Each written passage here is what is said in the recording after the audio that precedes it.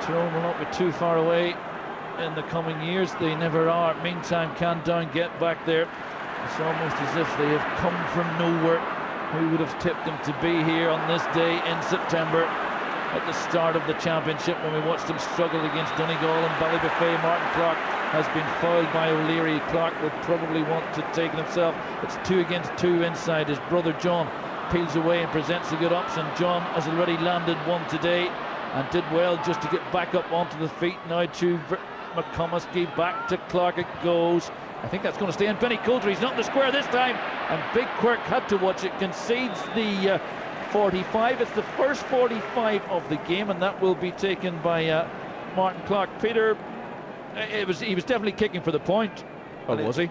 He was certainly kicking for the point, okay, Mark, but you know, a lesson for forwards about never giving up and chasing lost causes. That, you know, Benny had no right to be going for that. He did. And he's forced to 45, and you'd expect, you know, Marty Clark, this is well within his range, and if he strikes it well, you know, we could see Down going into a 6-point lead here. Yeah, the last man to score a 45 for Down in an All-Ireland final, I think, was the great Tom O'Hare, who landed 2 in 1968, Peter. Tom, of course, from the Mayo Bridge Club. You were at that game, Mark? Yeah, I was. So can Marty Clark emulate Tom, who of course won in 68. Well, he's landed 4 from the 45 this year. That one not quite there. Down 7 points, Cork 2 points. We are into the half hour. Martin Clark back from Collingwood. We saw his little dog Friday down in Cranfield Beach. He's like Man Friday. He's the great servant to this Down football community. Now then, Quirk does like your own forward, Quirk, acting really as a 16th man now, looking for Kerrigan, and Kerrigan again dispossessed, but the whistle has sounded, and it's Damien Rafferty who's been penalised. I think he's going to move it forward also because of Declan Rooney's little temper tantrum and kicking the ball away, so it makes this one you would have thought, Peter, quite kickable, and the kick will be taken by Donogh O'Connor. Oh, Down will be disappointed with Rooney. He had no need to do that. It was a very difficult kick out on the 45. Now again, you'd expect, you know, this is meat and drink for Donogh O'Connor, and you'd expect him to stroke it over the bar. He says the greatest player of all time, Donogh O'Connor, Peter, and I read this, is Peter Canavan. he knows his football, Mark. Don't think. Yeah, we'll give him that one. It's over the bar. It's their first score in some 18 minutes. The 29-year-old from Ballydesmond, coaching officer in the GAA in his 16th championship outing. And Peter, the other telling thing is that as I look back down through the notes here, that's Cork's 3rd point. They haven't scored from play, all 3 from frees. It's a damning indictment.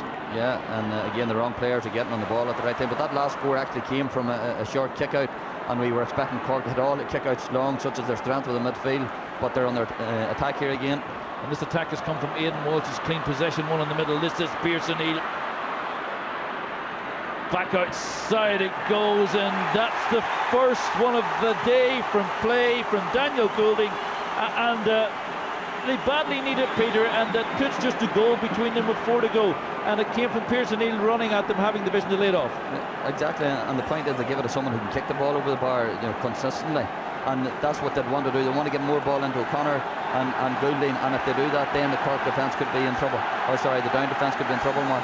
And that is, for the record, his 100th point in championship football. Couldn't have come at a more important time. Just puts a kick of the ball between them. 32nd minute, and we've 3 remaining plus whatever injury time of this opening half. Ball will spill out over the sideline, will be a Down ball. 2010 All-Ireland football final, the 50th anniversary of Down's breakthrough year. The 1960 team introduced to the 80,000 strong crowd here in Croke Park just before throw-in.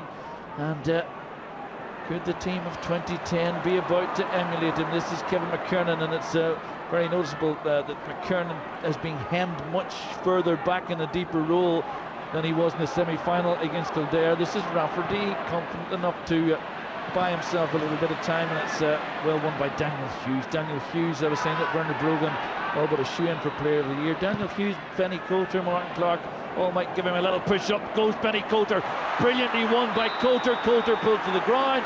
And that's the first, well, I was going to say it's the first high ball, Peter. There was one from the attempted John Clark kick, but Benny Coulter formidable in the air. I'm just going to say, watch this for a catch. Something you see in Aussie rules, the way he glides in, gets the knees up to spring himself up when he's leaping for the ball. Great hands. We've seen that many a time from Benny, and he's just earned his side a very easy chance. Yeah, and we made the point in the semi-final that Benny Coulter, 10 years in the game, not an all-star.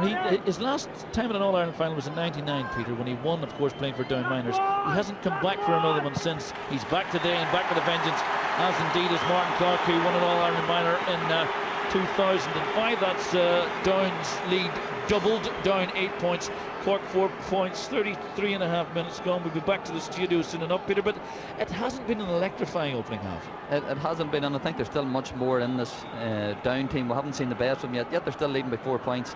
But the last attack was an example of how they varied it. They're trying to play the ball in low and in front of their full forward line, but that last score just proves that with Benny in there, they can't afford to hit it in high and long.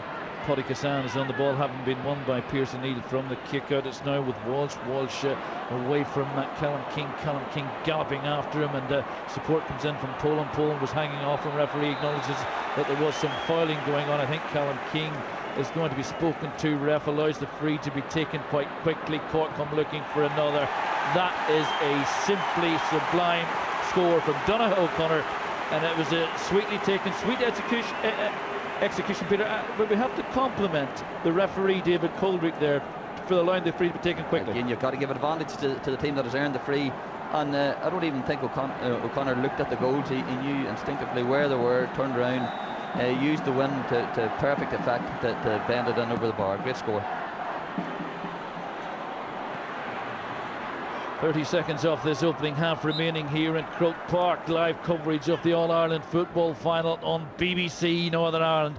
Austin, Jonathan Bernard back in studio. 81771 is the text number. Will it be Cork winning their first since 1990? Will it be Down winning a first since 1994?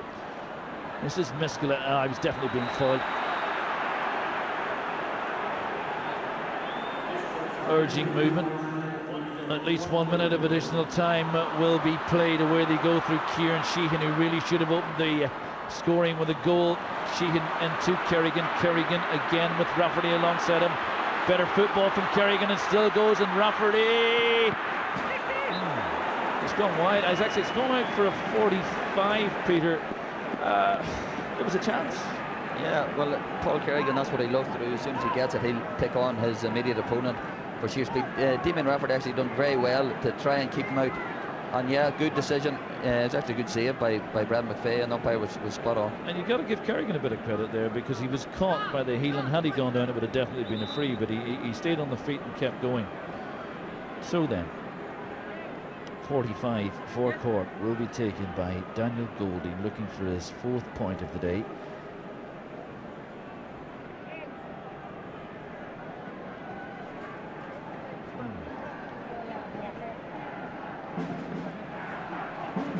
Kevin McKernan, who's down, of course, whose dad Brendan played in the 91 All-Ireland final. And this is the reason why. Just slight clash there, rather innocuous. Daniel Goulding. This could well be the last kick off the opening half, and this would put 2 points between the sides. It would be a second consecutive. Oh, it's usually dealt with by Dan Gordon. Whistle has sounded. Dan Gordon has ball in hand, and I think David Coldrick has said that's enough for the opening exchanges, boys. And Daniel Goulding misses the 45. Cork go in at half-time, drifting by some 3 points, Peter. In 10 seconds, can you summarise that opening 35 for us? Well, it was a case initially of the power and the physicality of Cork taken over, but eventually the Cork or Down's pace and precision came in, came to the fore. I thought their use of the ball for a 15-minute spell after a poor start was exceptional. They faded somewhat for the last 10 minutes. I thought there's more scores in them. But at the start of the game, Down would definitely settle for a 3-point lead. And if the game's hanging in the balance going into the last 5 or 10 minutes, I'd be quite happy to be a Down supporter. Will we see Graham Canty in the second half, Peter? If they're behind going into the last 10 minutes, I've no doubt, because they'll need his leadership. He's a driving force, and I wouldn't be surprised to see him coming in, yeah. Austin, I'd just like to thank the Taoiseach Brian Cowan and Micheál Merhertig for vacating these seats. We will be here for the second half. At half-time here in Croke Park, Down have that 3-point advantage. They lead by 8 points to 5. It's back to Belfast.